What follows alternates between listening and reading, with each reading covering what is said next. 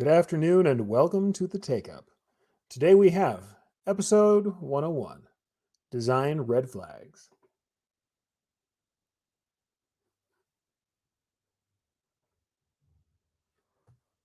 Greetings everybody and welcome into the Takeup. I'm glad to have you here on this wonderful afternoon to talk about some interesting things as far as what we see in designs that make them red flags, what we see in jobs that may become red flags, and what things we should look at that should warn us off or at least make us think twice about what we're doing with our machine embroidery. And in general, some things that are more about our business, more about dealing with problems that we may end up dealing with or cropping up into if we don't look for problematic designs, problematic people sometimes, problematic jobs, and ways of handling ourselves when we're dealing with designs and decoration. So different kinds of things we're going to discuss today. Certainly going to get into what we expect, which are aesthetic problems, problems with digitizing, problems that are technical, problems with our garments. But we're going to also talk a little bit about what is a red flag for you, maybe how we've decided what we wouldn't do for business, what our line is, and where things fit or don't fit. And certainly throughout, I'm going to make the point that I often look for opportunities to consult people and guide them rather than slam the door in their face. And it's been very important throughout my career to figure out a yes and or a no but, rather than just saying no and leaving things as they are. There are times where we need to flatly say no. But when we're talking about things that are technical or aesthetic or might have some other solution, certainly there are things we can do to provide options. And that's what separates us from being t-shirt machines, what separates us from being commodities. But before we get started, let's go ahead and say hi to the few folks who have already tuned in. By the way, if you are watching on the replay, I would absolutely love for you to comment or to jump in or contact me. I don't always get to everybody immediately, but certainly do try and get to everyone. We will have more fun stuff as we go on. But if you are joining on the replay, absolutely join in. And if you are live, by all means, jump in with your questions, your comments. What are your red flags? What are the things that stop you from doing jobs? And what are the things that concern you when looking at designs or taking on work? Let's all get into it. Let's talk to the people who are here. Cindy King says, hello, good afternoon. Good to see you from Texas. Cindy, happy to have you in on YouTube. We have Jeff and Adam both here. Hello. Happy to have you guys in as well. Bob's in saying hello. Hi, Bob. Yost is coming in from Sweden. Happy to have you here, sir. Justin's in, also says TGIF. And I don't know, it's hard when you do a lot of work outside of the normal schedules, and many of us, especially those of us who are entrepreneurs, do work. Does Friday mean much anymore? I know people are happy because Super Bowl's coming up, but I don't know. I don't know, folks. Friday doesn't mean as much as it used to when you were working day to day. But what I will say this is you have the choice to work the hours you need to and have that control when you work for yourself or when you do your own work or work as a contract person. You can choose your way. But yeah, Friday is a different thing. I will say I'm happy for Friday because Friday is when we get to be together and have Education Friday. Beck says hello. Hi, Beck. Jeff says it's Friday. I thought it was Monday V5. It is a week full of Mondays, but happily we're getting to be here together and talk about something that we all love. Marta is in from Texas. Happy to have you in, Marta. Jan is in from McCalla, Florida. Happy to see you, Jazz. Lyndon says, good afternoon, Eric from North Carolina. Started the next 100. Absolutely. And by the way, the surprise thing for 100 will have to be waiting just a little bit longer. I haven't had samples back in, but we may or may not have our first little piece of merch. We'll see, but I'm hoping to do something cool for you guys soon. We will talk about it shortly. As you guys know, sourcing and dealing with things is not always clear cut. So we'll talk about that soon. So don't give up hope just yet. We will. This year is the year of finally giving you guys some sort of option for some stuff for the show, because I love having you guys here and I love that we are a tribe, reciprocators. All right. So Marianne says, hola from MAS in Santa Fe. Absolutely happy to have you here. Frank in from the UK. Good evening, all 101. Yes, we are here starting the next 100 and we will keep on going. Thank you for always being an awesome supporter, Frank, and for always sharing and being part of the community. Josh says, woohoo, it's Friday. Absolutely. It's good to be here and good to have you guys back in. All right. So let's start talking about this stuff, right? Let's talk about what's happening as far as red flags. I mean, I was probably all too proud of myself. I'll pop it back up here, the thumbnail. Digitized a little tiny red flag to put up here and showed you the wall of shame, all of the samples. And I say wall of shame. Some say wall of fame. The samples that my operators used to put up on the wall, I'm sure they're all changed out by now. There are probably some favorites that still hang around because we had lots of files that we ran for, more than a decade. But when we go through this many designs, and this is a tiny fragment of the year's designs, let me tell you, I've run into a lot of red flags, a lot of things that may cause issues with our ability to deliver. And here's the thing I want to start with is just defining really quickly what we mean by red flag. I know most of you probably already know this, but let's just talk about it. It's been memed to death, hence the red flag emoji that I stuck up there. But the idea of the red flag is just this: something that should set off your sensors, should set off a warning in you that when you see this thing crop up, this nature of the design of the job, that it is a warning that something bad may be on the horizon. So when we're talking about red flags, we're not talking about literal red flags. We're talking about notifications, the warning light, the spidey sense, something that tells us that something bad is coming for us or that there's difficulty ahead. Now, what I'm going to say is, I look at a lot of these things in the way that I look at difficult digitizing in general, even when we're talking about business stuff, which is that I like to think of these as two sides of a coin. It's always obstacles and opportunities for me. When I do an analysis of anything, whether it's a design, whether it's a potential product, whether it's a store that I'm thinking about starting or an online property that I'm going to run with, whatever I'm doing, I'm certainly looking for the obstacles. I want to see where I can trip up. I want to see what's going to cause me problems. I'm going to look at what's going to cost me time, effort, money, and pain. Because invariably we're trying to avoid pain and suffering as we're working on these jobs. However, when I do that, I like to stop and say, all right, here's an obstacle. What are the opportunities that are offered to me as well? Number one, opportunities in a larger scale. So I'm looking at the design saying, what can I make look great? What about this design is going to make excellent embroidery? What is something that I know is going to go well or be easy to handle? And the other type of opportunity is looking at the obstacles in front of me and saying, all right, what can I do that's interesting, innovative, that makes things different, that changes this setup so that I can make something that makes the customer happy, that has a chance of retaining them and pleasing them and giving them a better answer. So before we get deeply into it, I want you to think of all of these things to one degree or another as part of that dichotomy between obstacles and opportunities. If we were talking about stoicism right now, if we were getting into Marcus Aurelius, you'd say, hey, the obstacle is the way through is the only way. But that's the thing. The obstacle does present us with a chance to overcome. So when we have a difficulty, whether it's technical, whether it's part of what we're doing in embroidery, some of this can be things we can overcome. The other truth is, sometimes the opportunity is to establish a boundary and say, you know what, this design is not going to work well. Let's redirect. But that's the thing. I very infrequently say no. I almost always say, how about this instead? The concept of just coming out with the flat no most of the time is not the best option. The best option is to say, here's a way I would handle it if it were my design. And that's a phrase I'd like you to all kind of remember. If this were mine to do, this is the way I'd handle it, especially when we're talking about technical limitations that cannot be moved, when we can't move that goalpost or change things.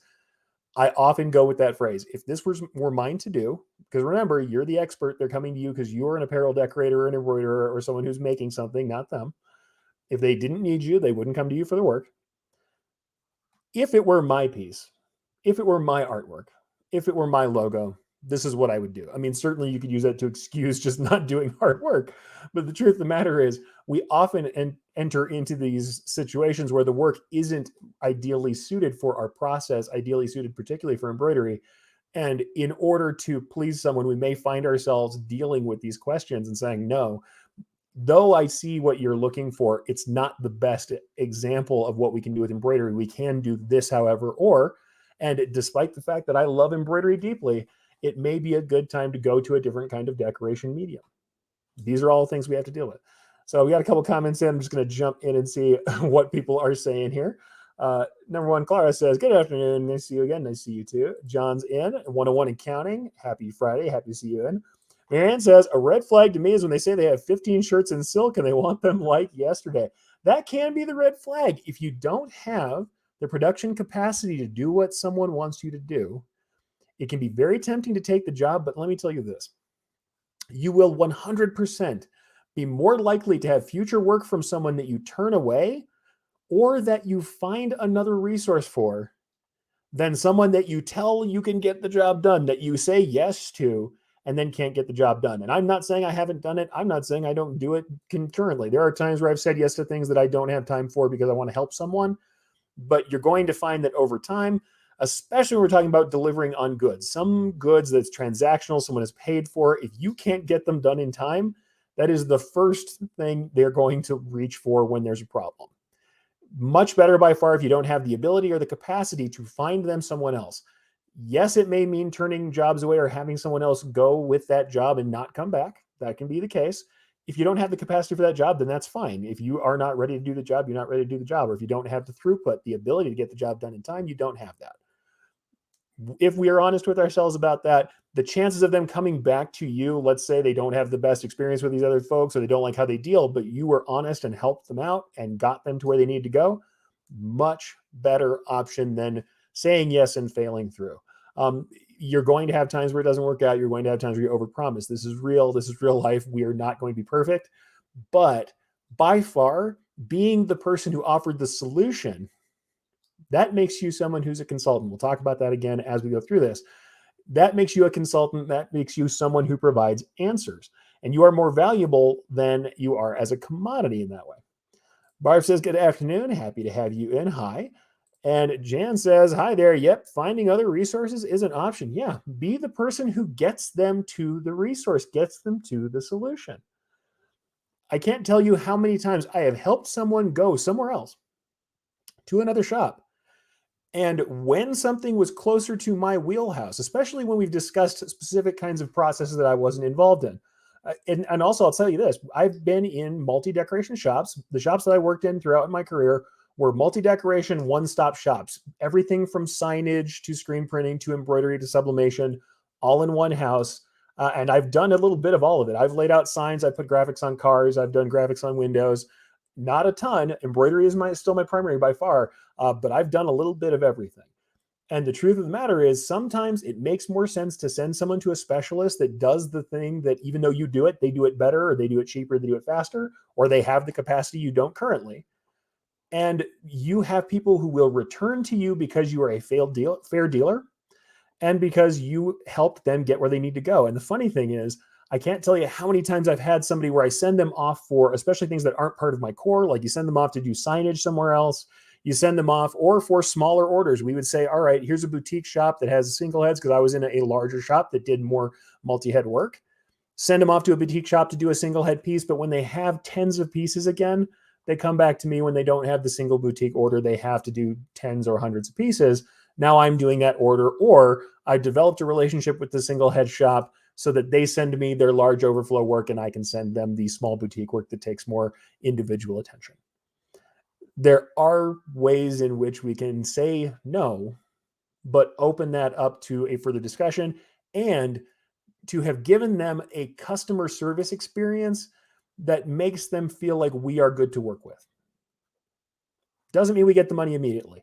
You have to have a little bit of a longer view for this. You really do. You can't think about the immediate job as the end of all resources. Everything must be done to get the money in the door today. You have to have a longer view of these things for sure to make this work.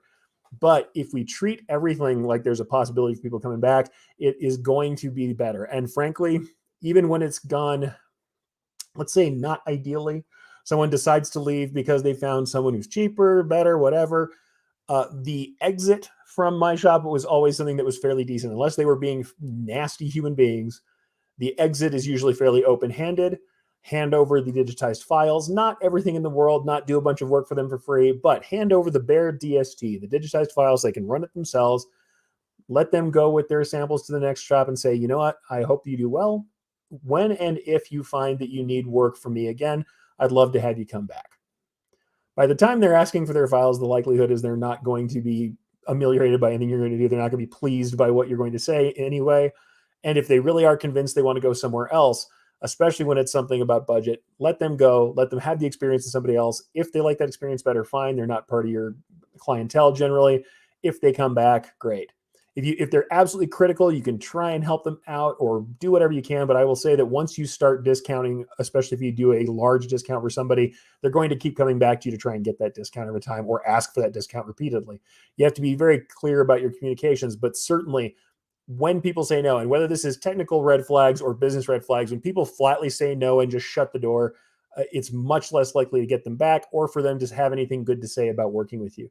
Whereas if you leave on good terms, you allow this to be fairly open-handed, you don't try and hold people hostage.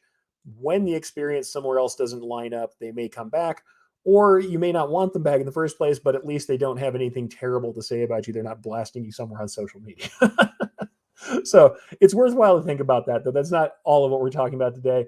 Felt like it was worthwhile to soapbox it for a second. By the way, Marianne says, yes, I always refer them to someone that'll be able to help them, and also tell them if they weren't able to help them to call me because I'd give them another referral. I also add to that statement, hold them on for future orders I may be able to help you with. Absolutely. I've had people who wanted the kind of work that we couldn't do. We helped them find people that were better for that work, or we'd outsourced the work and helped them to do the communications and taken a small percentage for that. And then ended up with them coming back to us after the fact because the experience of working with us either was worth the more money that we were charging, or that they understood when we had something more in our wheelhouse, like they had orders that were conventional for our setup, that we would be good to work with.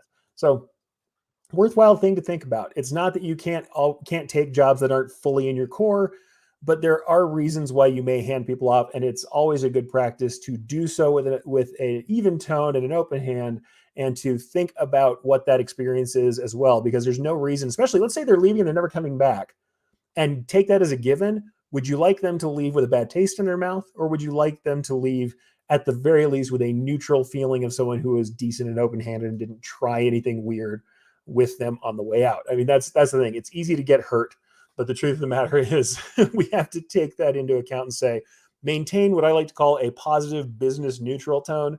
Even when we're not happy about how things are going, we maintain a positive tone, we maintain professionalism, and let somebody leave open-handed by the time they're at that point.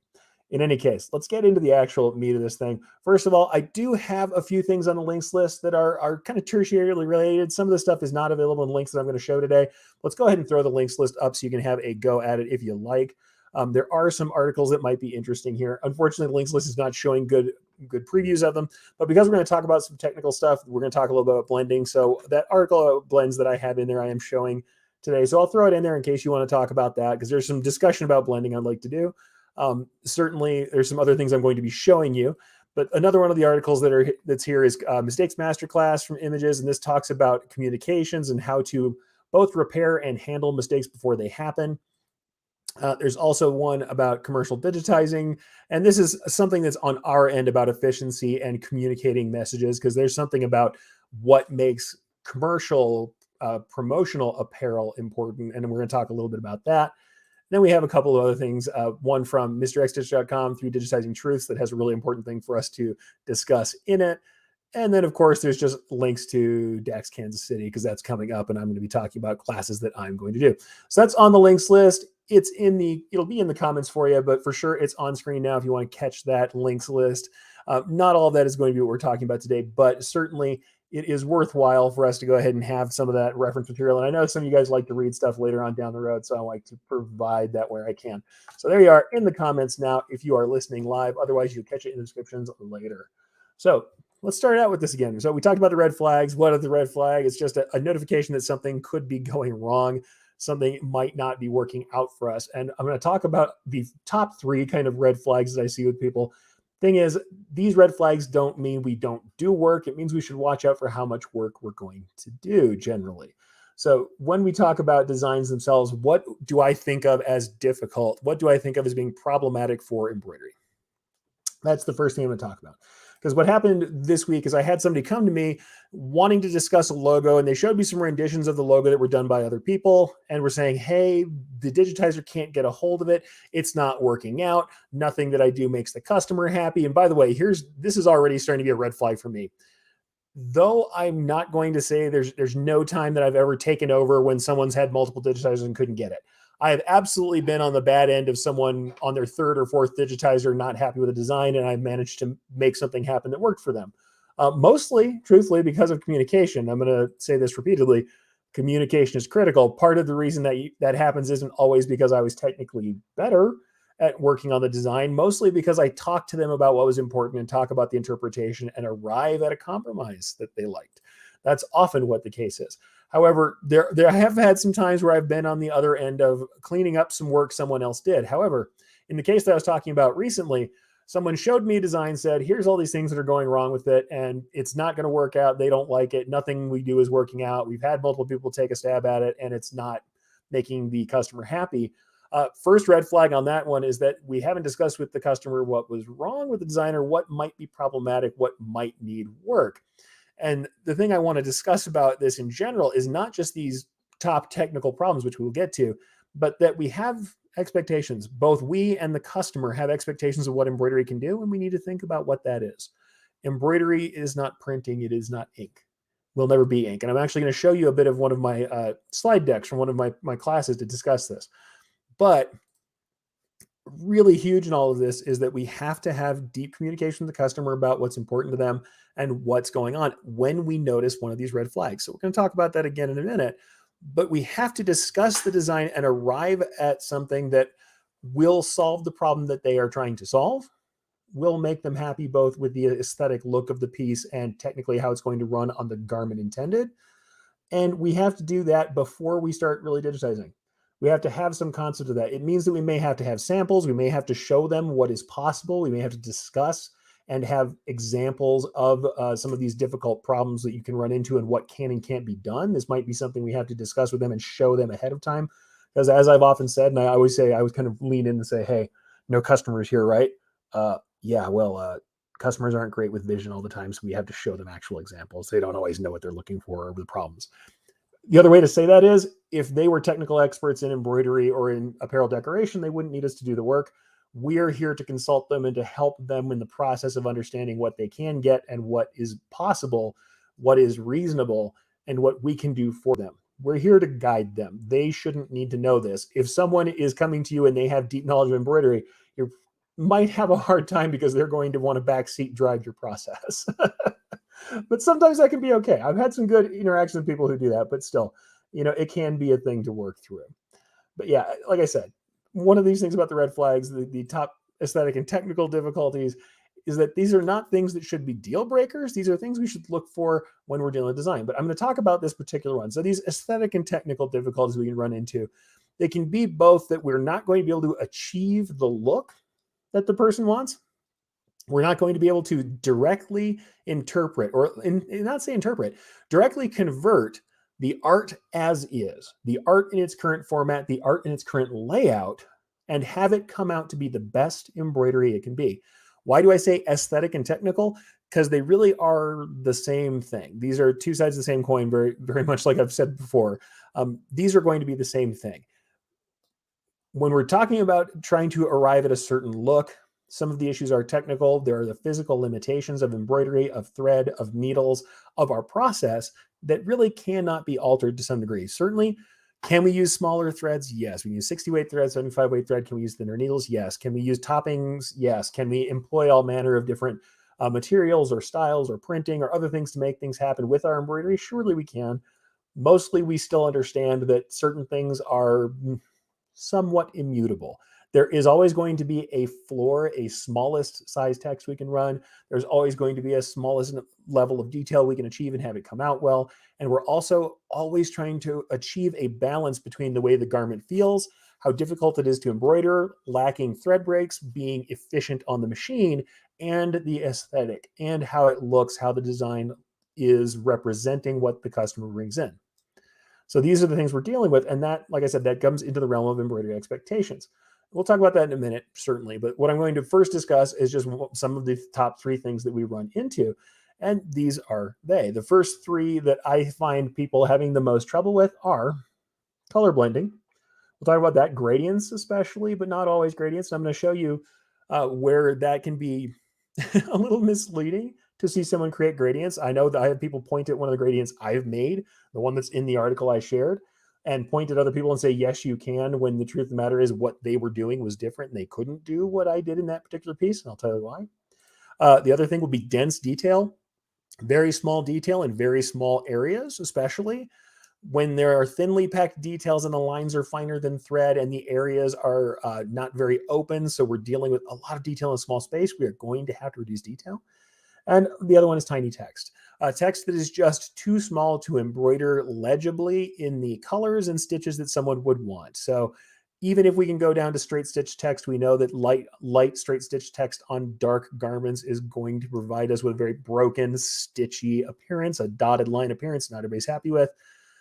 So that can cause a problem. The color of the text can be an issue. Or people want a satin stitch finish, a classic satin stitch, and even using 628 thread, we may not be able to get under a certain size. And there's reasons to certainly avoid that. But that's something. Tiny text, dense detail, color blending. And I'm actually going to bring up certainly the blend that I was talking about and some of the other examples so we can talk about this. Let's talk about color blending for just a minute, because this is the example that I'm specifically talking about from this week that I kind of dealt with. So if I bring up this article, and yes, we've got Image's lovely advertising things here too. Let's drop that banner out. So we're talking about color blending, and fairly often people will refer to this article where I showed people one of my methods for blending, or a couple of my methods for blending. And yes, can you do multicolor blends? Absolutely, very deep multicolor blends and rainbow blends are possible. And I'm actually going to jump into the original article images for some of this, where we talked about the color blending. And I'm going to bring up some images to show you. This is what that blend looks like. And yes, absolutely, I am going from something that is like a moderately cool purpley color all the way to a gold. That is in like a 2-inch span, not even, and it is 1 density thick. It is absolutely flexible. It's not super dense. Can you do it? Yes, it's a ton of work. This particularly took a lot of manual work. If you were someone who was gifted enough to be able to purchase a color wheel would do a gradient like this pretty amicably. It wouldn't be a problem. You might have to worry about where your color breaks, but it would certainly work on just a big, straight, flat gradient like this. They are certainly possible. But here's the thing, not everything that has a gradient in it is as easy to execute as a big bordered fill like this. So yes, people will point to this article, and absolutely, can you make blends either manually? You can do it with manual point-to-point blending where we're digitizing it directly and working on our own ratios. You can do it. This will work. You're looking at the results. And here it is running. And by the way, not on a nice commercial machine, on a junky home machine that I was testing on just to prove a point. You can absolutely create a rainbow blend in this amount of space. What you're going to see already, though, is that even using point-to-point blending, and point-to-point blending has the least amount of jumps and traveling around the edge. If I were using multiple layers of fill, which I can actually show you guys in the other example here, the multiple layers of fill method, you travel back and forth a lot more, and you have to travel around the edges of the design in order to get where you're going on each pass of the the light density fills. When you build out a light density fills, you either have to jump and trim, or you have to travel along the edges when you're passing back and forth to get the multiple layers of color to lay down. And that being the case, even when you look at this piece before the border's set down, there is a little bit of edge quality issues. And there's certainly some traveling where you can see that I've traveled some larger jumps along some of the edges. It's not terrible. I think some of it's passable, but you can definitely see that there's some traveling that happens, especially when we have a complex shape that has multiple cut-ins, that I'm going to have to do a little bit of blending in one corner and then jump down and find another area to start blending that color again. And I'm either going to have to trim, or in this case, I was super lucky. I had a nice border around the outside that was satin stitch. I can travel with straight stitches around. But if I didn't have that, I now have the possibility of having a tie off and tie in, which is going to cause some textural issues at the edges. You'll see a little bit of that, and you'll be jumping back and forth. Number 2, this is a fill. So being a fill, I've got all of my stuff running at one angle. If I start trying to do this on a satin that's looping around and changing angles and directions, I'm trying to blend on angles, and I'm also having satins where as we get into the larger blending areas, as the stitches get further and further apart in certain colors, you're going to see the angled transits unless I'm literally trimming in between them or finding some other way to try and hide those things. And either we're going to suffer a little bit on edge quality, or we're going to have jumps and trims to make that happen. So the thing is, yes, blending is thoroughly possible. And if you want to spend the time on it and also select a color gamut that works, when you look at this in grayscale, it's not as broad a color gamut as you might think. We're staying in this relative kind of value set that keeps it from getting too crazy. If this was grape purple, dark purple on the other side, I would have to be more careful about how I blend. And the further apart the colors are in hue and brightness and value, The further apart those colors are, the harder it is to blend them without it being really obvious and visible. So yes, blending is possible. Blending can be done. It is time consuming when it is possible. And some designs don't work as well. So I'm just going to bring up a kind of a random gradient logo that I brought up off of 99 Designs so we can talk about it. And look at this piece. So imagine we're being asked to make this piece, right? It looks fairly simple, but if we were to construct this, let's say at a small size, let's go on a unstructured hat. We're making this for a left chest. You might want to do this in satin stitches that turn, where we have 3 passes of satin stitch column. But as you see, where gradient is still on that same angle, very much like the piece we had. We have a single angle that the gradient is traveling on, and our stitch lines are not going to line up with that gradient necessarily. So that means we're definitely going to see the blends. They're not going to be very smooth unless we do something else, unless we employ some other technology or printing or something to get smooth blending on top of this thing. This is not easily done. Plus, the other thing you're going to notice, even in the other blend that I'm showing you, you can see that in any large kind of color variation, we've got middle steps. One of the ways that we smooth this thing out is if we were blending directly from this yellow to this pinky red, we've got a median color. We've got this orange that's kind of between the two that combines the both and has values from both. If I were trying to go directly and we went from one color to the other, we're going to have to stop and have multiple colors. This piece is a rainbow blend, but sometimes if we're just looking at a piece, even this one, we may be making a pretty big jump between one side and the other. Luckily, this one doesn't make a tremendously large jump in values. So that wouldn't be a problem, but the stitch angles might be.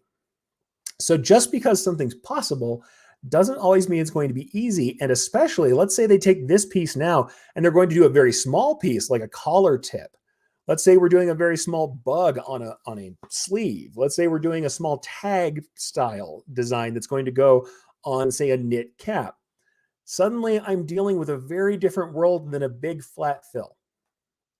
So that's a red flag for us. What's the red flag? I'm looking at design saying, well, if I were doing this without all the gradient work, I would do it in satin stitches. But if I'm trying to make this gradient work and maintain the angle of the gradient that we have here, I'd really be filling from the bottom corner to the upper right-hand corner. But I know that the edge quality down here is going to vastly differ from the edge quality up here as the flat open side of the fill ends up at the top of this area. And also filling in these really small areas is not going to make sense. I'm going to be using satins and then trying to travel in these small columns. I'm either going to have to use lots of colors to make it as smooth as I can and try not to do a lot of jumping across. But as we know, satin stitches are a straight line across and then an angled return. That angled return is going to be visible. Color blending is not a one and done thing. And frankly, if I'm looking at a piece like this, I'm probably going to talk to them about options and asking whether or not the way that this color is blended is okay. I'm also going to show them options where I say, all right, here's what a satin with some blending looks like. Here's what something in the similar shape looks like. What version of this works for you? What version of this do you want? Can I make it larger? Can I make it smaller? Can I use a border? Can I hide this some other way? Is there some way in which I can like hide some of my traveling so that I can make that work? What is it that we can do to make it technically work? Or is it really a case where I need to do something else? Should this be a sublimated patch? Should this be sublimation over thread? There'd still be some white edge kind of, I won't call it ghosting, but there'll be some reveal if I used white thread and sublimated on top of it. Or should I hire someone out who has purchased the color reel and can do something closer to this? Certainly still not easy because of those angle variations. As we know, if the stitch angle is this way, well, even as we're dyeing the stitch, we're not half dyeing each stitch. We're dyeing the thread as we go, and the angle of that gradient will follow the angle of the stitches. We won't be able to transition at a different angle. As we see here, we've got kind of that 45-degree angle of that gradient change. We won't be able to change that as we turn if we start using turning stitches in certain areas. Depending on where the gradients hit, it may or may not be more of a problem. So color blending to me, when it's something like this, where it's a smooth gradient, and smooth gradients are important, especially if I see something more like this. And the other thing we'll see, this one doesn't have a super high gamut. It does super high range of colors. I have seen intensely gradient fed designs where they'll have a squiggly line or a letter, and we're seeing rainbow style gradients going from cool to warm on each stroke of the letter, on each stroke of the squiggly line, to the point where I will probably need 5 thread colors per line. And you can imagine if we've got, say, a W or an M, I may end up with 15 thread colors that I need to make that thing look really smooth in the way that they're looking to do it. And that might not be the best use of my time or my materials, especially if I can show them an example and I find that they are not pleased with the way embroidery blending looks. And I'll even say in this piece, which a lot of people will say is a decent piece, I think it looks good. The folks who I've shown the real thing always want to pick it up and take a look at it. I see some textural issues that I don't particularly love. It's not perfect, and it doesn't look the same as something that was printed or dyed.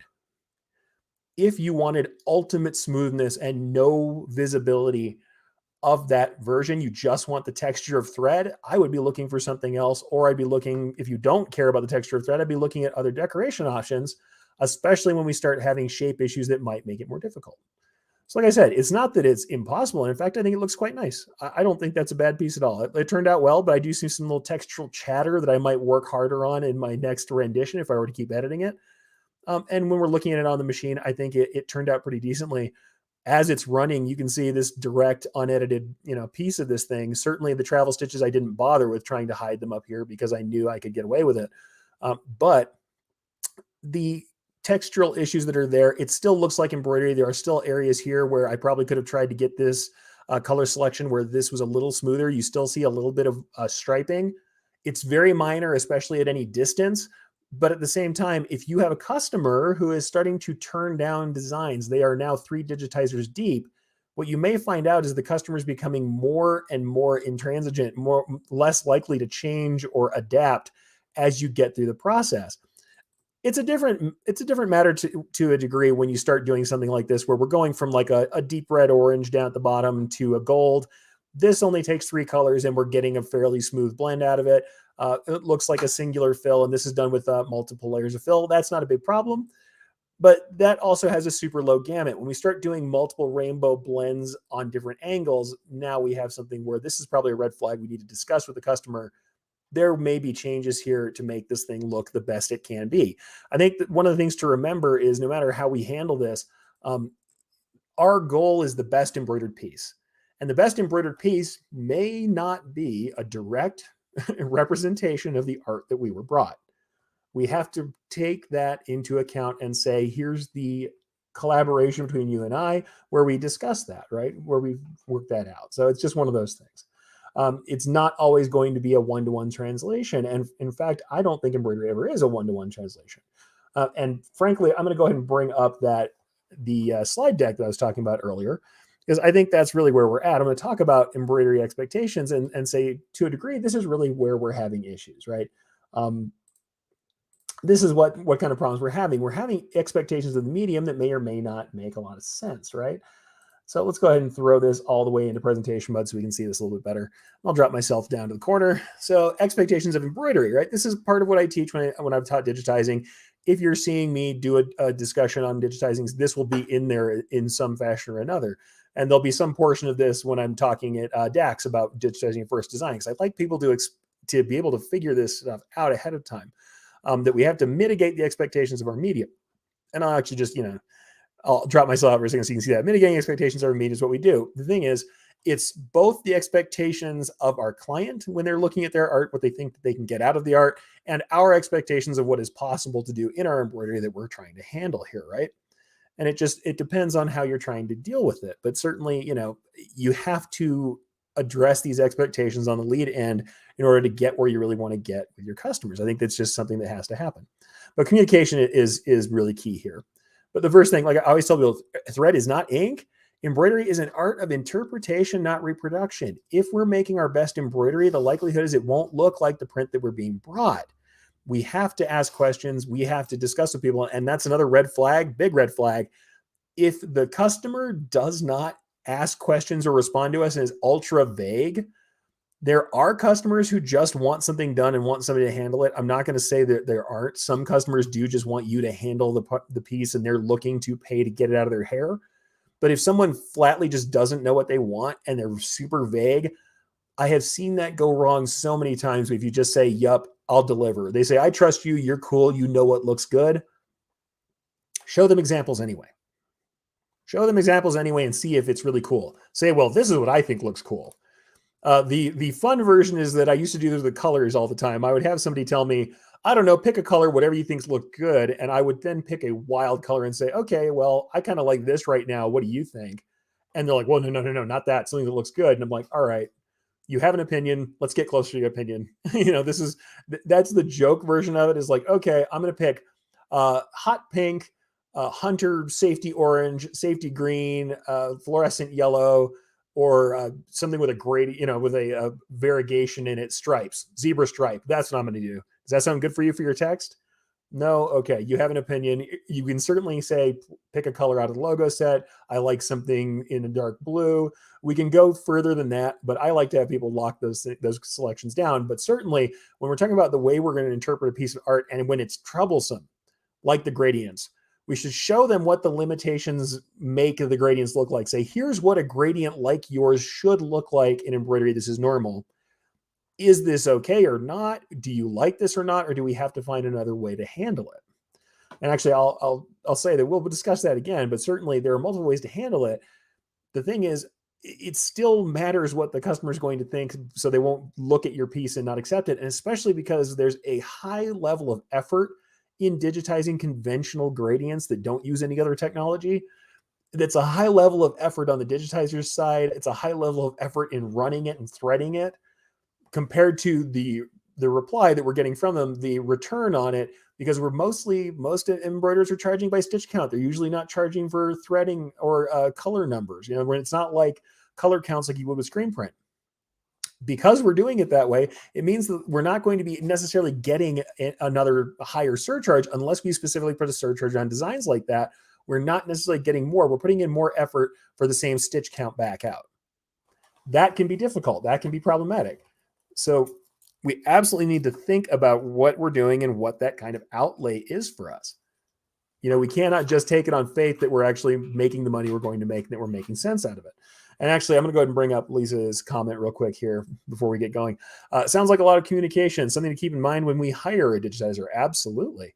If they aren't asking us all of these questions, we may be very surprised when we get the design file. Yeah, for sure. If you put in tiny, tiny text that is likely to be problematic and they say nothing, either they're going to move that text without asking you, like they're just going to make that text any way they like. They're going to make the entire design larger without asking you.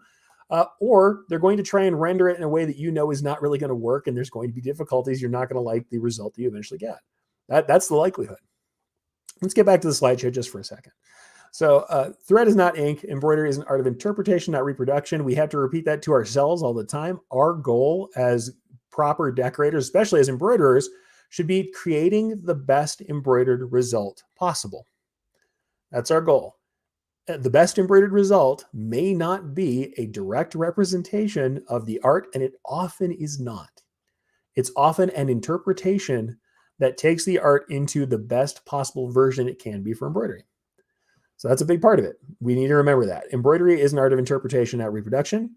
You will be negotiating changes to customer artwork. You will most definitely change something that's coming in. It may not be on every job, and it may not be a lot of work to change it, but we're going from a two-dimensional medium, almost always a digital decoration, whether we're just looking at the art file or we're being presented something that was intended for print, that was intended for a website, that was intended for some other digital reproduction, and we're going to something made of thread, made of physical objects that are dyed a single color, that are of a fixed width, that have to be jabbed through a piece of fabric with a needle. We are doing a very different thing than printing. We're not using tiny micro droplets. We're using fairly thick, really, thread comparatively. We're talking about an inkjet printer or a DTG, DTF. Those are going to be putting down little tiny micro droplets that we can't see. That's not the case with thread. We can't do exactly what it does. We will be negotiating changes to the artwork. Make peace with that before you ever take in a customer job, before you make something for someone. Also, auto-digitizing. I know this is just me harping, but I always say it. Auto-digitizing is not digitizing. Simple conversion and good digitizing is almost never automatic. And frankly, the thing is, auto-digitizing also is precipitated on the fact that the art itself is already in the right shape and configuration for embroidery. If the art comes in and the text is too small or the details are too close together or the colors aren't good or the gradient's not going to work, auto digitizing of any kind is not going to help us. Certainly, maybe tracing of shapes can be done automatically with tools, but the truth is that we're never going to just take art that's not made for embroidery and get good embroidery out of it. So auto digitizing certainly, but also in general, we're going to be making changes to art before the digitizing starts if we're doing our best work as digitizers or as embroiderers even. We're going to talk to somebody and say, this text may be too small, these details may be too small, this gradient may not work with the kind of stitch type or the kind of design that you're working from. We will be changing art, and that's the thing. Why does auto digitizing not work? Partially technical restrictions. We're not using, a giant cloud of AI to, pull all of the digitizing artworks in the world. Currently, what we're doing is reading a shape and saying if the shape is about so thick and has a turn of about so much into this angle, then this kind of stitch type will work. And we're doing an automatic interpretation based on the shape that the computer can see. So it has technical limitations, but that's not all. The technical limitations are only part of it. A great digitizer, one that's better than just the average digitizer, is going to look at the art and say, here are the things that don't work for embroidery. Here are my red flags. And I'm going to make changes to the original art so that I get the best digitized result, the best embroidered result. But this is the other thing. Embroidery has its own unique value. So it's dimensional, it's personalizable, it's luxurious. It can be sold on those strengths, on the luxury of the piece. And digitizers, as we can see if I pop my head out of the field, they can bring out the best of those benefits if they are working toward them. So that's the good thing about it. We need to realize that it has its own strengths. We have to stop apologizing for it. But here's what I'm going to show you is just a few of these pieces really quickly that discuss kind of the most common difficulties. And this is just an example, right? So this is a piece that I worked on for someone, and this is the issue. If we're looking at this piece, it's one that I've shown several times in discussing digitizing. We can tell immediately that this is going to be a left chest piece, that general contractor text is going to be a little too small. These lowercase a's in this thing are never going to run if this design is even 4 inches wide. I can see that immediately. So there's my big red flag. Red flag, that text isn't going to run as is, no matter what. If I try and throw that through auto digitizing or something else, no matter what I do, we're going to have problems. Certainly also, the reveal on that shadow, the shadows that are on the small letters at that size, absolutely not going to work either. That's something that we should be thinking about eliminating as well. But we all know, smallest safe 48 lettering is going to be 5 mils tall. We've discussed that many times, but here's the thing. We can rearrange and reconfigure it. You can see if we go back to the original that all the text was tucked in under the lettering here. Honestly, a little too much visual tension if you ask me. Under the O, under the C here, where we're getting really tight connections where it's kind of clashing with the lettering that's underneath here. But we can do a couple different things to address it. Number one, we're dropping the outlines because we know they're not going to work. We're altering some of the thick and thin lines and evening them out. We drop our crossbar on the A so we get some space inside of this A, and we know otherwise it would be wanting to close up on us. So we open that up a little bit. And then in our text down here, we have a couple different options. We say, all right, I'm going to go with the entire width of the logo and leave it on one line. That way, these small text here is actually down to 5 mils if we have this whole thing at 4 inches wide. And that allows me to keep the font that you want to use. I'm using the same typeface that you were trying to use, but I'm also handling this piece in a way that still maintains all of that text. If it's important that all that text is here, then I can do that. Also, we elected to add a little separator here so that we can separate the design and still have something that looks interesting and doesn't have an awkward gap where we have a gap here but no gap over here where these kind of monogram, this kind of cipher gets too close to the text underneath it. On the right-hand side, we'll say, all right, so if it was more important to the client that you can really read this general contractor text and we want an overall smaller logo left to right, well, we can shrink down that top element. We can stack the bottom two and still have the smallest letter maybe be at that 5 mil size, but we end up stacking it. We change the configuration a little bit. Maybe we leave it a little larger. Maybe we leave that bottom text a little more prominent so that we can see what we're doing. We rearrange and reconfigure. And then if that was the most important thing, now we've solved that problem for them and they know what they're doing. They get this. It's legible at a distance. They know what they're going to work for. The tiny text is no longer a difficulty. Now it's an opportunity. You ask the customer, you say, how is it going to be viewed? Who's going to see it? So these are the kind of questions we have. We have a dialogue over our design, right? So we have a dialogue. We say, what is it for? How is this going to be viewed? Who is supposed to get this message, and what is the message? What should they know or see after they've noticed this? If our embroidery is promotional or it identifies people, so a lot of what we do in the commercial world, especially, what is the most important thing here? What's important? If we're communicating that we were general contractors, and we can bring that back up again so you can see it. If we're communicating that we're general contractors and where we're coming from, then the bottom of this text might be a little more important than we would have it up here. Maybe it needs to be prominent. Maybe we really need to make sure that is legible from a distance because we want people to know what we do and where we're located. That might be really important to us. If it's not, we could also drop it entirely if all that was important was the brand recognition of the logo. But we can't make choices like that if we don't communicate. The thing is, we should still, at the very least, know from the get-go, if we're looking at this art, we've got red flags. We have things that are not going to sew out in satin stitches. They're not going to be easily registered. And we have text that's not going to run really easily. And the same thing, like I said, color blending, same thing, time consuming. We need to talk to them. What's important? Is it important that it's blended? Is it important that it has the gradient? Or is there something else we can do with that? Detail in general. Really tight detail that was in this seal. And we talked about that earlier with kind of seals and badges in other episodes. But if we show you this whole kind of general piece here where we talk about the art, if we're looking at the original art, and I notice that we've got guys with little faces and ladder trucks, and we got spokes on wheels and horses with manes and faces and all this stuff. But we know that if it's in the center of a left chest design, I'm going to have to reduce some of this shading and the faces and detail and everything that's in there. We're going to have to remove a little bit of that, or at least work with the fact that we can't get lines as fine as the original piece had, right? These are things we're going to have to do. We're going to have to, as it says here, reduce and redirect. So if we get too tightly packed, the details won't run well, won't be recognizable. If we look at this design from the Dion's Pizza Man, one of the ones that people love of kind of my host of work that I bring around with me, if you shrink this thing down too far, the number of lines in this engraving etching style piece will get so dense that it'll look like a fill and you can't see any daylight, any of the background behind them. If we get too packed and won't be recognizable, you measure and you reduce. You don't have to draw every line that appears.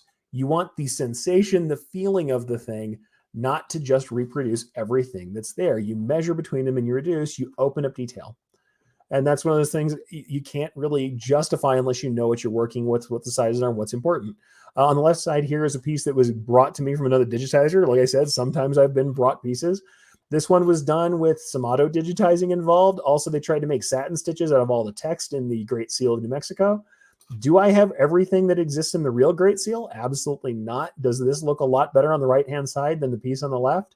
Especially being that it's going to be in black thread, and I know I can do straight stitch text and have it come out pretty well. Yeah, open up that detail, leave some space for things, and certainly realize that some stitch types don't work for everything, and you're going to have to make concessions. This partially was just clean execution. There was a lot of fill stitching here. There was some automated stuff that didn't work out. Certainly the person just didn't put a lot of effort in on this one on the left. However, you can still see where there are reductions in detail. There are reductions in the thickness of certain lines, and we've elected to use different stitch types to make things get open and to work. So pardon me, flip to the next slide. But these pieces are all indicative of those problems. And I'm certainly going to show you some other pieces as well. But when we're dealing with those aesthetic problems, right, when we're dealing with the aesthetic and the technical, dense detail, yeah, sometimes we get so dense that it's not going to run well for us. So on our end, we're going to get thread breaks. We're going to have issues with density. We're going to have issues also with the garment not feeling very nice or having that kind of credit card-like feel, or nubs. That's the other thing. We have these nubs and spines, these buildups of thread where they feel like knots that are not comfortable to wear against the skin, especially with things like polo shirts, sport shirts, anything that's going to be right up against a human being. And also tiny text. Some of the text won't be legible, won't be easy to read, won't be useful, worthwhile. If you look at that piece that was here, can we identify that this is the Socorro, County Detention Center? Technically, but the text that's in here isn't going to be rendered any better if we use satin stitch here, even though that was the original call. And certainly the text in detention center, can you tell kind of what it says? Yes, but opening it up and altering it and changing the font somewhat, even though this isn't perfect, still a much better version. And when we're talking about things like the badges, we really can make quite a bit of difference. In fact, I'm going to bring up a different example to show you to kind of talk about that. Tiny text and detail, when I say red flags, yes, it's a red flag, but not a red flag that says we should stop or say no or have somebody else handle it. Same with the blending. It says we should stop and talk to the customer and have them see some examples of what is realistic, what can be done with embroidery, what the embroidery will look like when it's finished. And if we do that, we can actually kind of get them on board with what we're going to create and give them a better idea of what's possible. And certainly you're going to make alterations. Things are going to change. We're talking about certain pieces, as I've discussed before, you end up where you just have to make some of these concessions. And this is a file from one of the articles I discussed with kind of emblems and badges. And this piece is a piece from Torrance County Sheriff's Office. They wanted to reduce this quite a fair amount. As you can see, there's a tremendous amount of detail in this piece, much more than I was going to be able to render. I made some concessions that I don't love in this piece. We did some light on dark kind of outlining that didn't look great. We had to change some things. But you can see we've got gradients all over the place, gradients that really don't mean anything. When you talk to the customer about this, what they want is it to look gold, like a badge. And even then, they didn't want all of it to be gold, and they decided on some different renditions when we did the final piece. But if you just tried to render this with gradients, you'd be in there blending gradients like crazy. And if you don't talk to the customer ahead of time as to whether or not they really want that, we're doing a lot of unnecessary work. In the print, they decided to use gradients to try and show that it's shiny or metallic. It's like chrome. I have, on multiple occasions, been asked to make something that looks like chrome. When I ask them, do you want me to digitize this so it looks like a reflection of the area around it where we have colors and variations? A massive number of times, most of the time, when somebody's handed me something that was styled to look like chrome, they said, no, I just want it to look shiny and metallic. I can't tell you how much pain you will be in. If you digitize something to have the reflections that are in chrome, which are actually like a reflection of the world around you, if you digitize all that detail in and use color and make something that really looks like chrome, and then the person goes, oh, you could have just used metallic thread for that text or that script or that item. Imagine the amount of pain you would be in when you're done. Same thing here. If you work with all these gradients, you're going to be doing a lot of work you don't need to do. You got to talk to the customer. This one's fairly obvious, but you could ostensibly have that same problem as somebody else. So the final piece looks like this, right? This is the final piece. Is it perfect? No. They really wanted the dark eagle with the gold outlines inside, and they wanted it to be straight stitch. And frankly, I look at this and it looks too chunky for me. I don't love it. This was the eventual end. I showed them samples of what a single line of straight stitch versus a double line of straight stitch would look like. And I think that these look a little too stitchy, a little too chunky. They were very happy with it. Also, we managed to execute the text, the details that were in the badge, and the small text that was on the banner here very well. And they liked that quite a bit. They liked the level of detail that they were able to get in their left chest. Certainly also the thread that was selected, they didn't want a true metallic. They just wanted a gold tone. So a lovely gold tone thread was used, and that means we also didn't have to run a metallic on this big kind of dense piece, which would have added to potential difficulty in the piece. We talked to the customer and figured it out.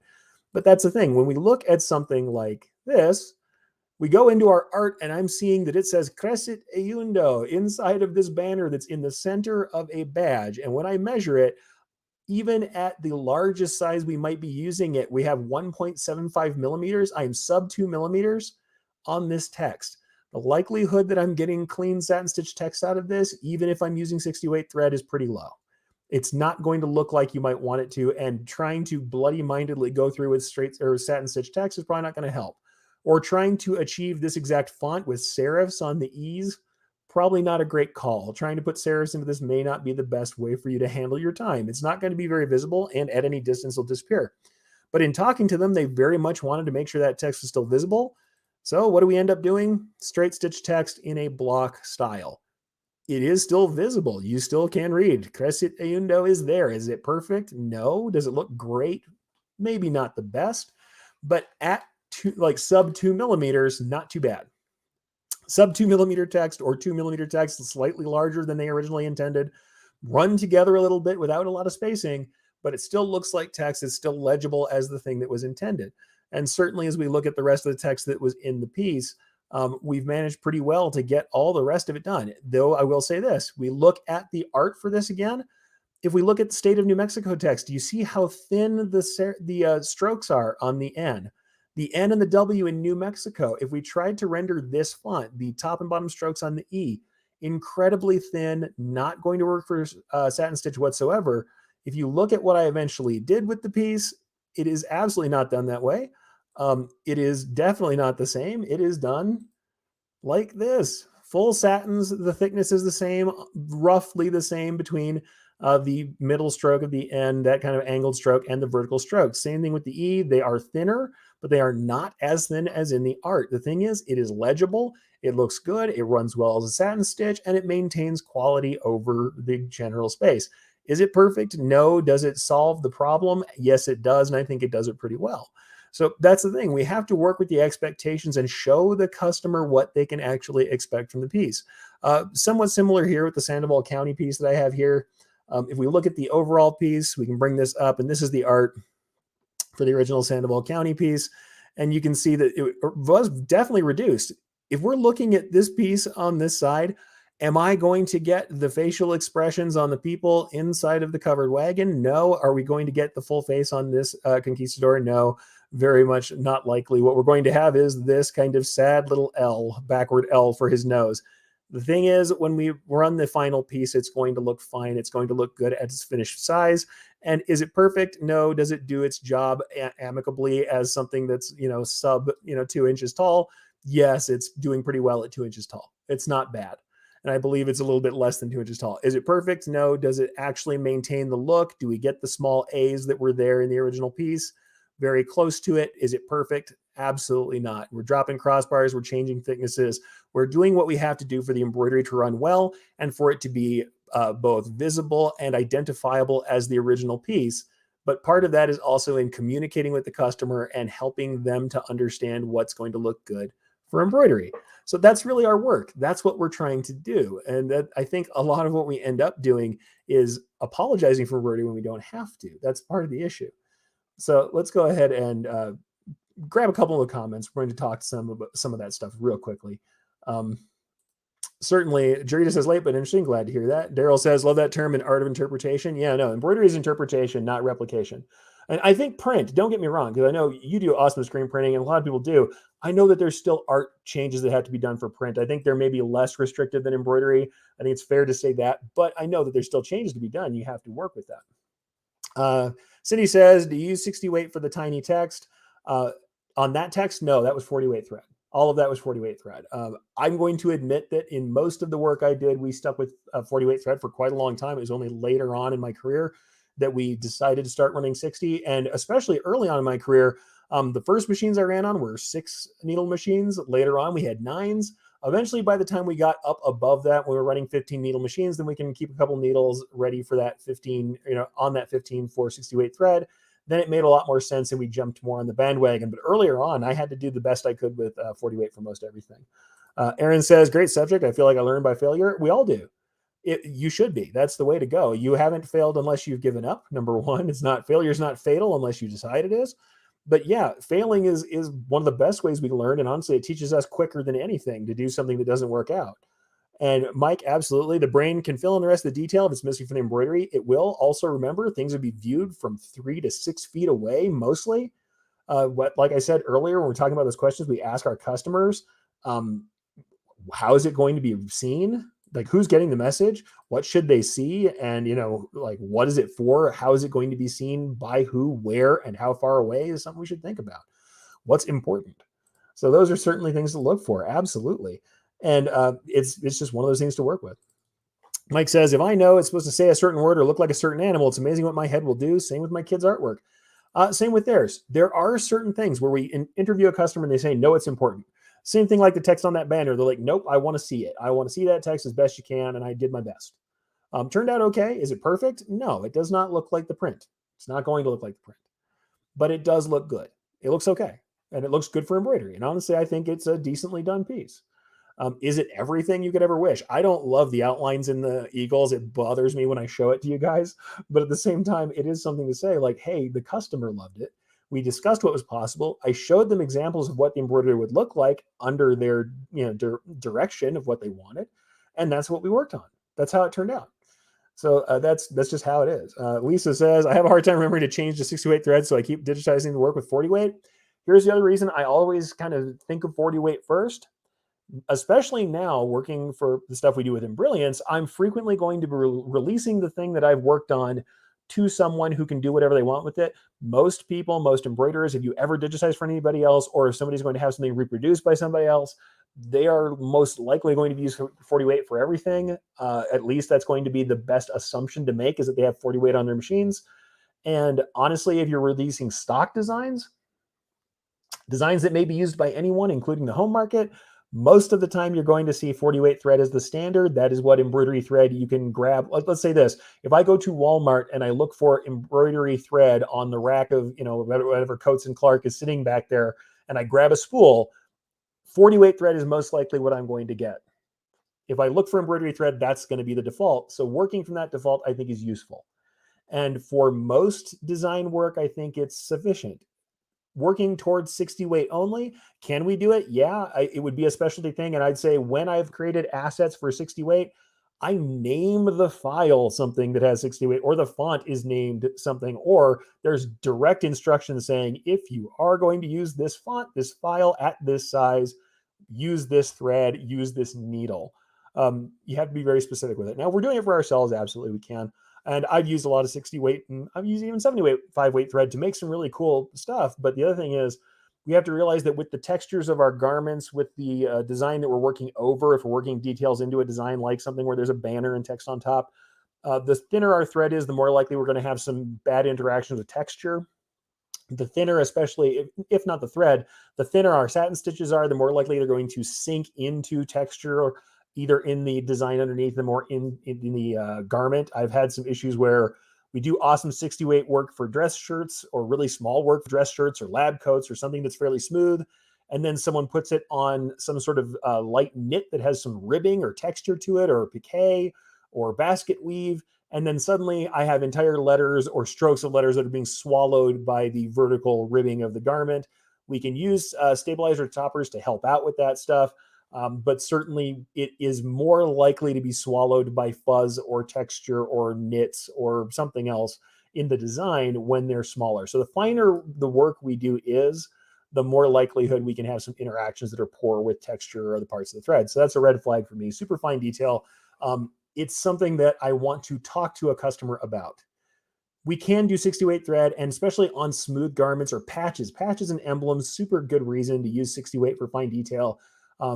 There's a high chance we can control that texture a little bit better and things look better. I mean, honestly, one of the pieces that I have here, though it is 40 weight thread, I'll go ahead and show this really quickly so you can see it. One of the pieces that where I kind of did show someone a finer version of something. This is an applique used instead of what was originally intended to be a fill. It's actually not a true patch. It's an applique design onto this texture. Yes, this is a pretty standard PK polo. Most of this would have held up, but I'm going to tell you that the kind of blanket pattern that's here, this pattern inside this piece, absolutely looks better, looks finer, because it's on a nice smooth twill.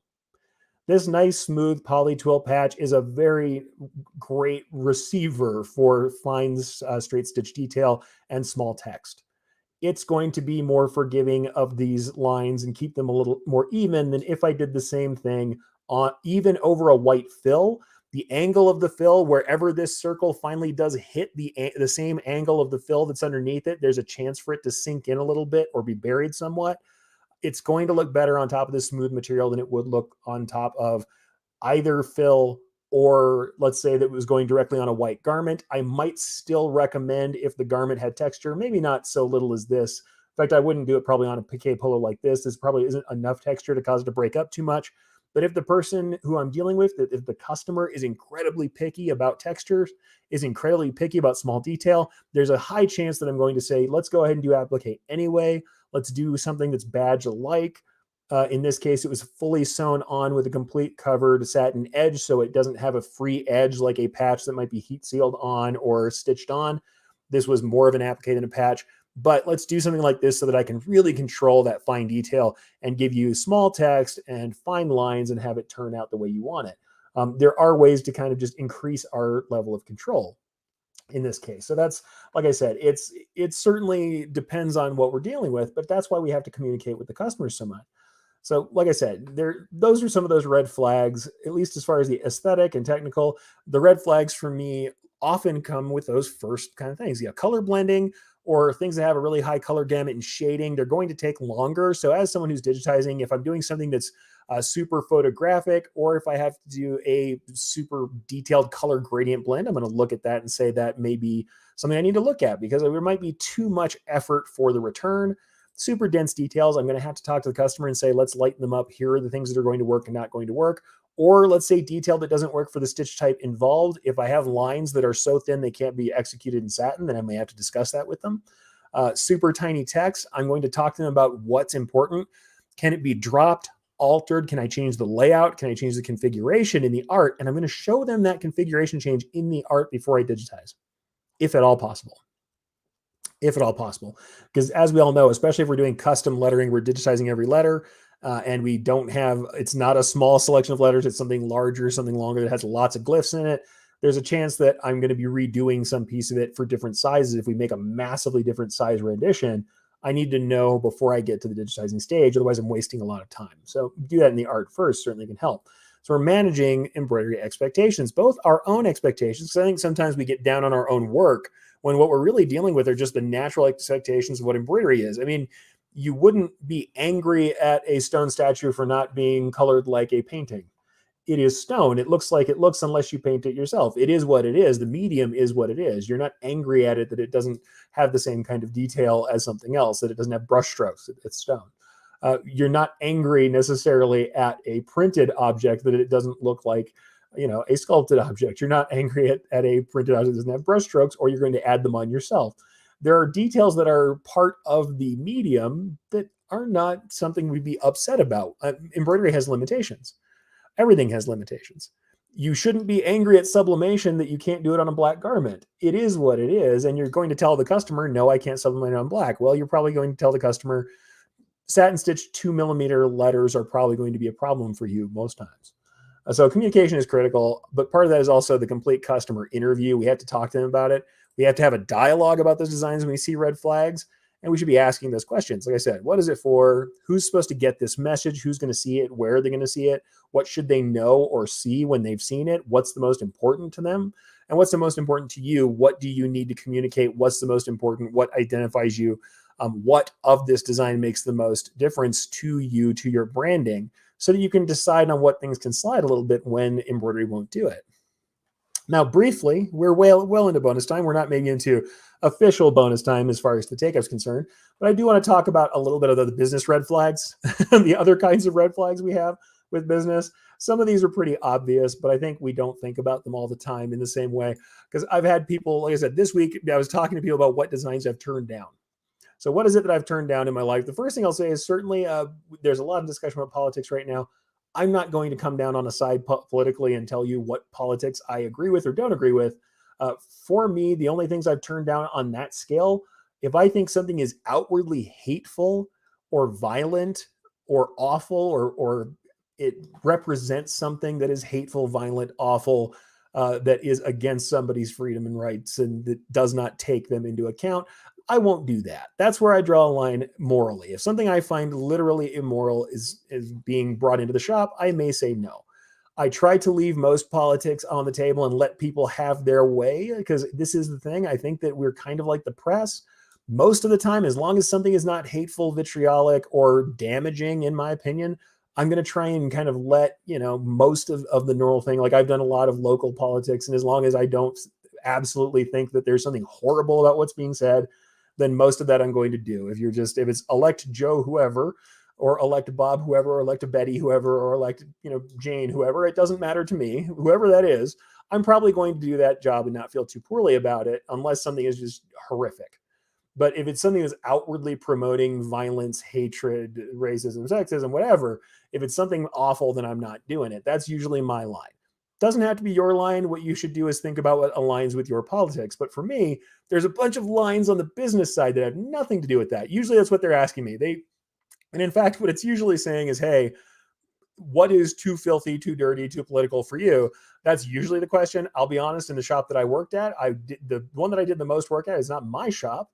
But in that shop, we did a lot of stuff for a lot of people in films of all kinds and in all sorts of walks of life. So I've seen lots of curse words and stuff that maybe I wouldn't say in my daily life, but that were certainly being printed on shirts. That's not necessarily something I'm trying to hold up. I'm more trying to be freedom of the press on that case and say, hey, that's up to you. If it's something you shouldn't show your kids, then don't show your kids. But when it's something like a dirty word, I'm not usually, cuss words is not something I'm usually stopping people from doing, not on my watch. But that's up to you. That's up to your level of comfortability. The problem is we have these business red flags that are not to do with that.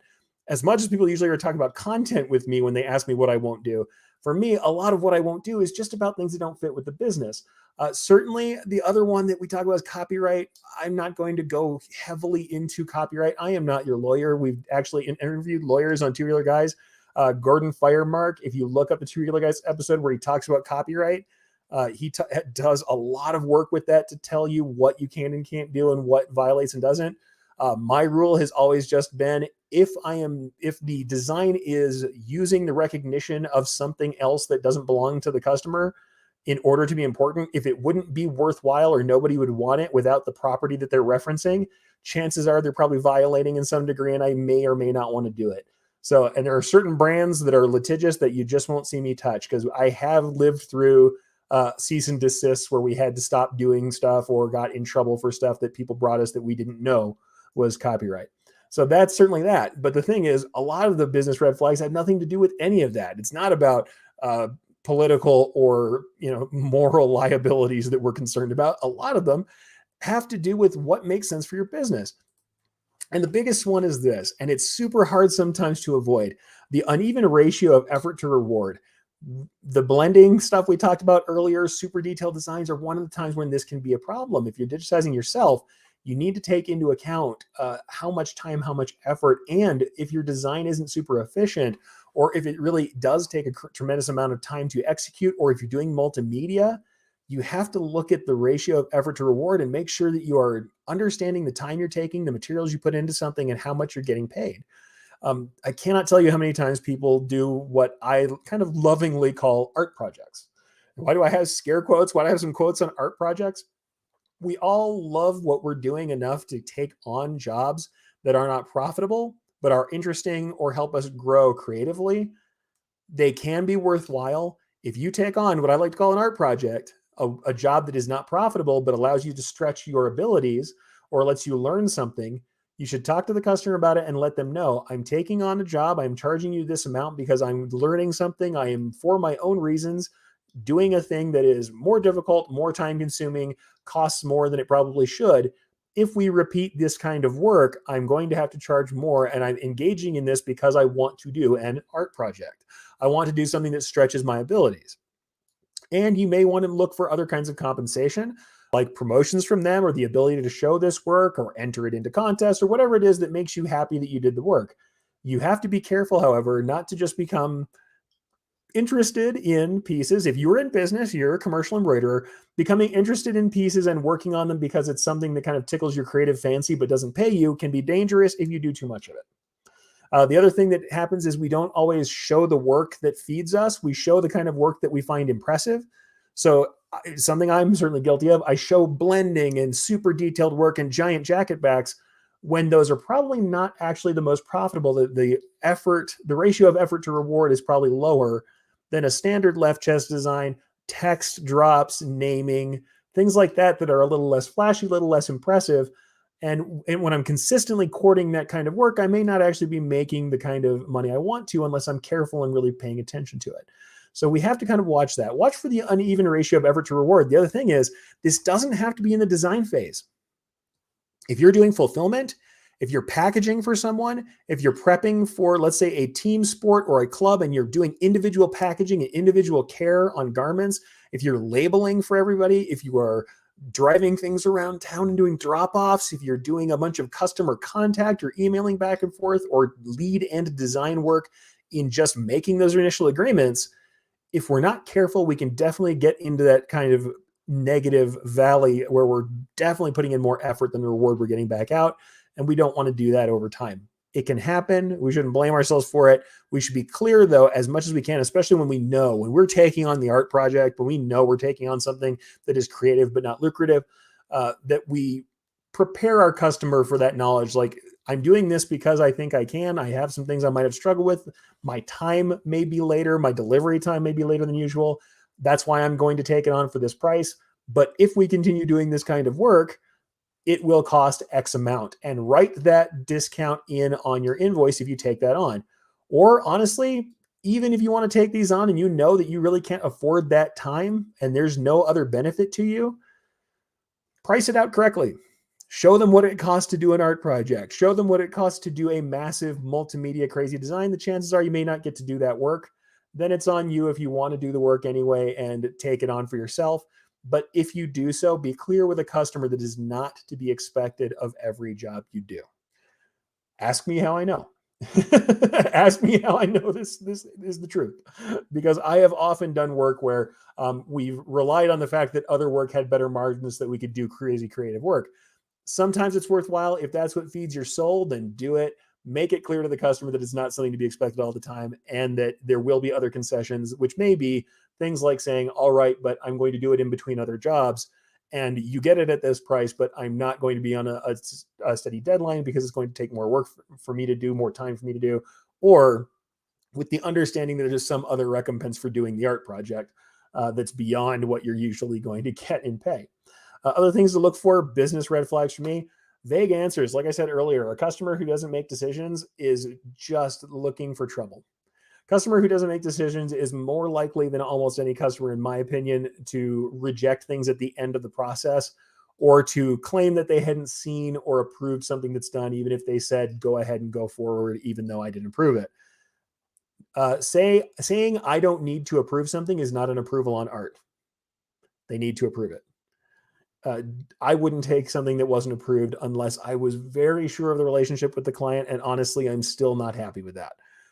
I don't need to approve it is not an approval.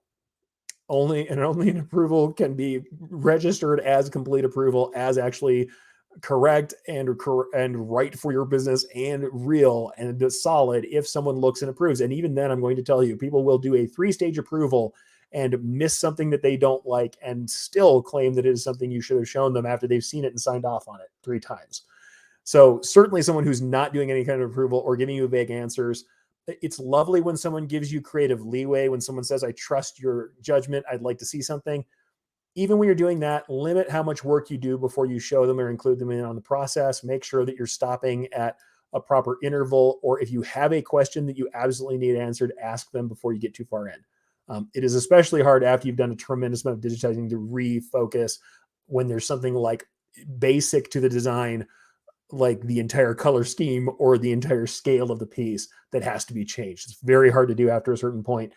Vague answers are a big red flag for me. Big red business flag for me. Promised volume. Please do this work with the promise that I'm eventually going to have more for you. If you do these 25 individual samples at a reasonable price, I will come back and order 500 of each one. Get something in writing. Make sure it works for you. Only do this if you can make it work for you and you know what you're spending. Otherwise, you are a business partner. Say, okay, cool. I want 50% of what you're going to get back if you really believe in the project, and then you've become a partner. You're investing in someone whether you know it or not. If you invest your time, if you do things for cheaper than they should be, you have invested your money in their effort, in whatever product line they're creating. Promised volume is not volume. Doesn't mean we can't help somebody when we really believe in them. We should realize that we're becoming somewhat of a partner and we're investing in their work. If we thought about it as investing part of our business capital in their idea, I think you'd think twice about doing a bunch of work on spec. Not saying we don't do it, not saying we don't make qualified judgments about it and decide on who we will take that risk with. Totally can work out. Have done it before. But I can't tell you how many times it's been the other way around. Do these 5 detailed crazy samples for me, digitize all of them, and I'll pay for them when I come back on my second piece, and we'll do 50 pieces each piece, and you'll have 250 pieces next week. I have to go to this trade show to show these people. I have to make this to show these people. Charge them what it really costs to make everything happen. Charge them all the setup, all the lead end, and tell them, how about this? I'm charging you all these charges ahead of time. When you come back, the per piece rate will be less because I will have already done all the setup work. Counter with your own. It will be cheaper next time, the same way they will have more volume next time. Promised volume is a big red flag for me. Poor fit for your process. This one is tough because when work is light, this is something that we will stretch. But if you're someone who's running a ton of multi-head machines and all the work someone brings into you is single head work that individual pieces have to be customized, and it never runs on a multi-head, or it never runs in large quantities where you can fill up the heads on your machine, they may be a poor fit for your process. If you are someone who has a fleet of singles, you'll be fine. If you've maintained your single head equipment and you can find other work to fill in, that might be fine.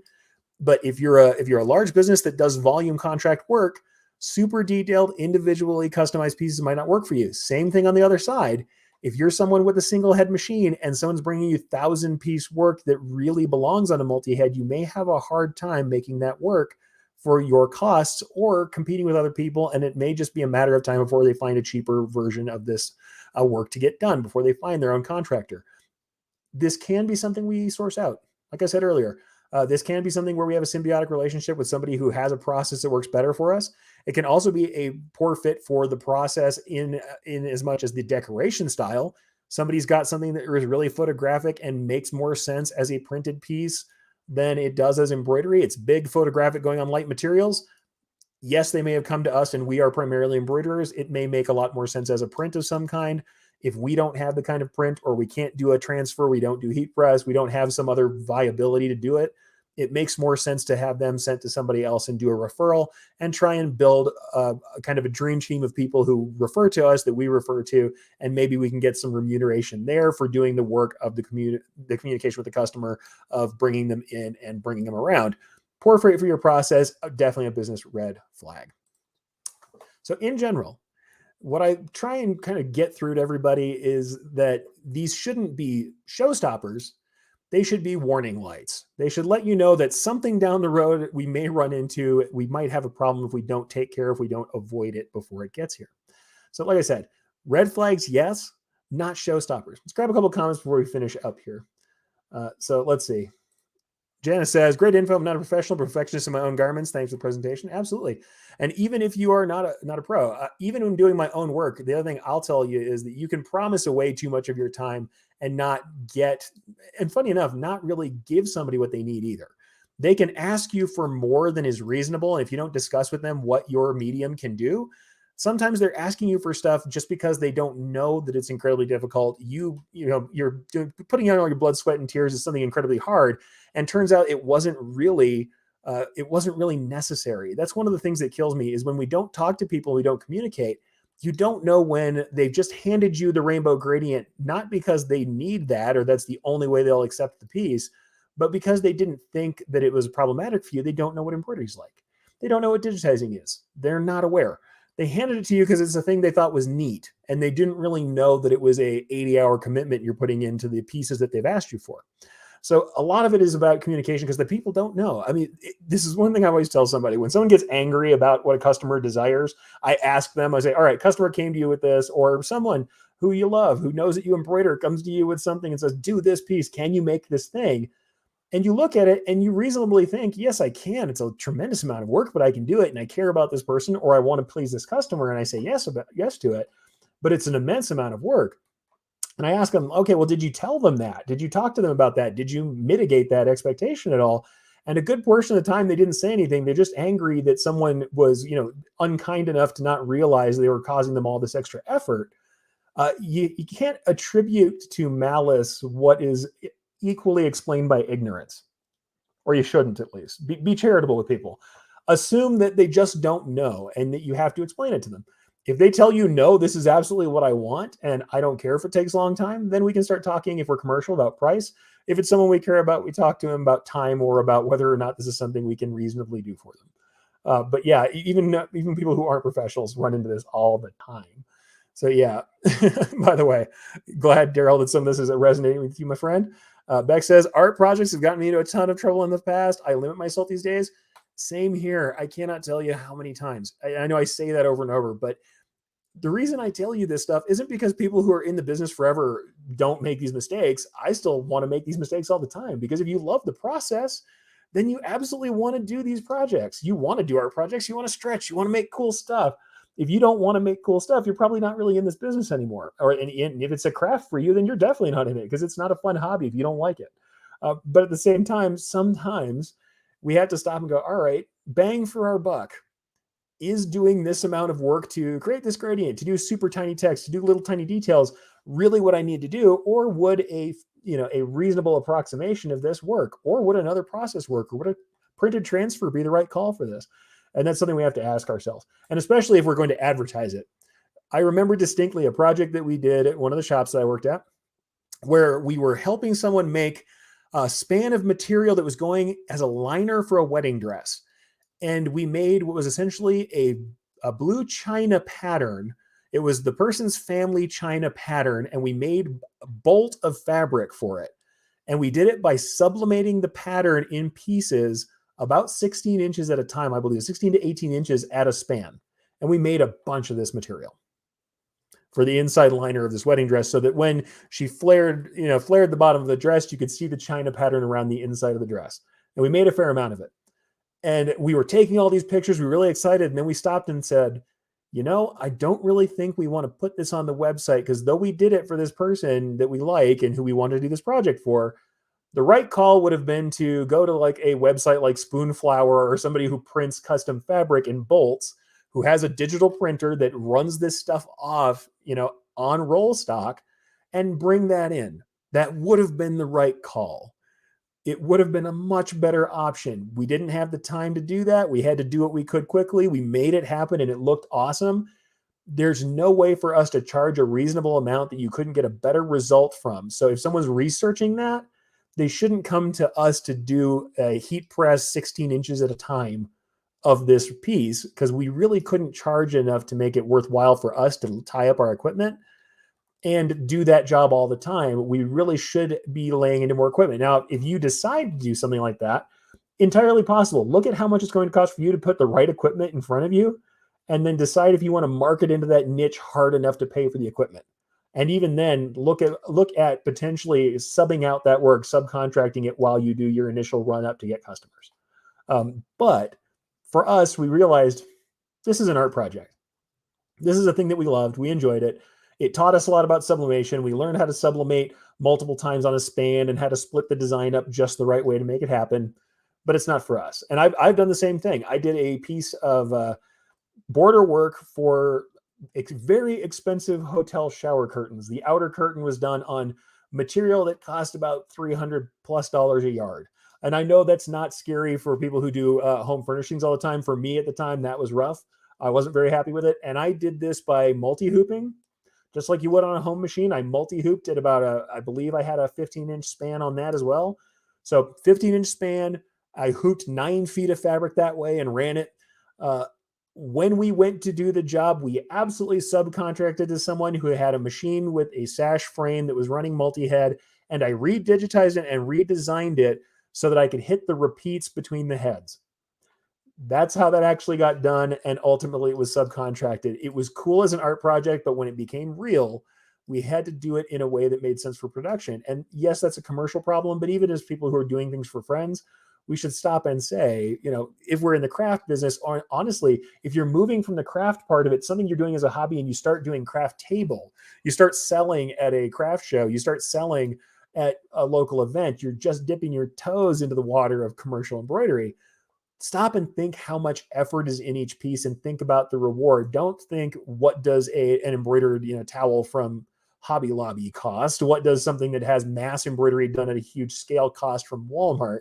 That's not what we've made. We need to think about our input and what makes sense to feed us, even if somebody else has a comparison that they don't like. We need to know that before we get into the game. And sometimes you're going to find that the market's not for you. In any case, I love this from Ramona. Be my partner, will make millions. How many people have the best idea for a t-shirt or the best idea for a hat ever? That is awesome. Let me get you prices and give you the best price I can on your initial run up of stock. And I hate to say it, the question is, do you consult them and say, here, let's do a small amount of stock of maybe 1 or 2 designs first to see how things go for you? Or do you let them run the 25 individual samples and you charge them exactly what they cost and tell them, hey, you want to lay into stock, do it now and get started? I mean, the truth of the matter is, most of the time I told people, what I felt about it and say, here's how other people have done. Here's what I've seen them do. Maybe don't lay into a tremendous amount of stock so you don't have a garage full of the stuff just in case it doesn't work out. Some people want to take the risk. Some people don't. If you really don't believe in it, this may be a good time for them to get a head check. But truthfully, you do the jobs that you're hired to do. But I have stopped and told somebody before you order 2,000 of these, why don't you get some out? Get yourself 100 pieces of this thing that you want printed. Get yourself a couple hundred and sell them. Start selling now. Build up your stuff. Why don't you go ahead and mock up some samples and start some sales ahead of time so that you know what you have in hand? I've got the garment for you. You can see it. You can feel it. We can talk about what you're going to do. We can help you get your order done, but laying into a tremendous amount of stock of multiple designs may not be for you from the get-go if you don't have the capital. But yeah, Mike says, no problem. You pay this and I'll credit you some back if you do a big order. I have absolutely done this. This is a good way to handle it. Say, you know what? How about this? I will do this job. This is what the job costs. I will do your next job and do it with the volume pricing if you had added the rest of this in that you do this time. I'll give you that 100-piece pricing on that 80-piece job next time if you do 20 now. Like that is what we've done before. Or we say, this is what the price is. We can help you out to this point, but here it is. And the big one always is, this initial price will include the setup fees and everything. The next time it'll cost this much less. And that is just, honestly, you're just telling them a reality of the process. But yeah, absolutely. Crediting some back if you actually do a big order, or taking a deposit. We've done that before too. It's not always the easiest thing because if you call it a deposit, they can be coming back for it. But certainly doing something that mitigates your potential risk. Cindy says, those kill me. Sometimes the singles can take all day. Yeah, if you're a multi-head shop that runs primarily contract business to business, then you may not be right for single gift embroidery. If you're a gift shop that has 2 single heads and you primarily run names or individual logos and you charge quite a bit, and mostly it's for the gift item itself, it's for helping them source that and having individual personalization and being able to select your own special design, it might not make sense for you to get the one logo that's being put on 500 polo shirts for your local, tradespeople. That may not be for you. Doing scrubs for your local hospital might feel like a nice job, but if you are someone who's going to tie up your 2 machines that could have a higher profit margin for individualized work, that might not be for you either. We all have our markets that are best fit for our equipment and for our process. Can we stretch outside of it? Yeah. And if you don't have anything making the needles go up and down, believe me, if you think I haven't done boutique work on every machine that was in our shop, including the multi-head machines, have I run two pieces on a multi-head machine? Absolutely. When there's nothing moving the needles up and down, we take the work we need. But when we're running at full blast, when we're really doing the best work we can do, the best thing we can be doing is filling the heads we have with the kind of work that makes the most sense, that brings in the highest profit margin per piece. That's just what commercial work is. So it's worth thinking about. DJ says it's a great topic. I ran into many of these issues. I'm glad to hear it, that it resonates with you, especially with another good digitizer and educator like yourself, sir. So thank you. All right, folks, with that, I think we are well into bonus time. Like I said, there'll be some more surprises coming up. We're cheers to starting the next 100 episodes. We're going to keep it up from here on. If you have questions that you want answered, if you have topics you want covered, by all means, hit me up in these comments. Contact me anywhere on social media. I might not get back to you fast, but I do try and get back to everybody. And if you're watching on the replay, we would love to have you engage with the rest of the reciprocators in the comments. Hey, and if you are on the channel, since it sounds like a YouTube exit from for any other YouTube channel, if you're on YouTube, go ahead and like and subscribe. Why not? Wherever you are, if you're on LinkedIn, if you're on Facebook, if you're on Twitter right now watching this live, hey, I'm even streaming to Twitch. Feel free to comment, feel free to like, and let me know what you want to see in the next 100 episodes, folks. It's been great having you out and having these questions and comments. Thank you for joining in, and make sure you're watching for those red flags so that you don't get tripped up on the road ahead. And I can't wait to talk about all this stuff again with you next week.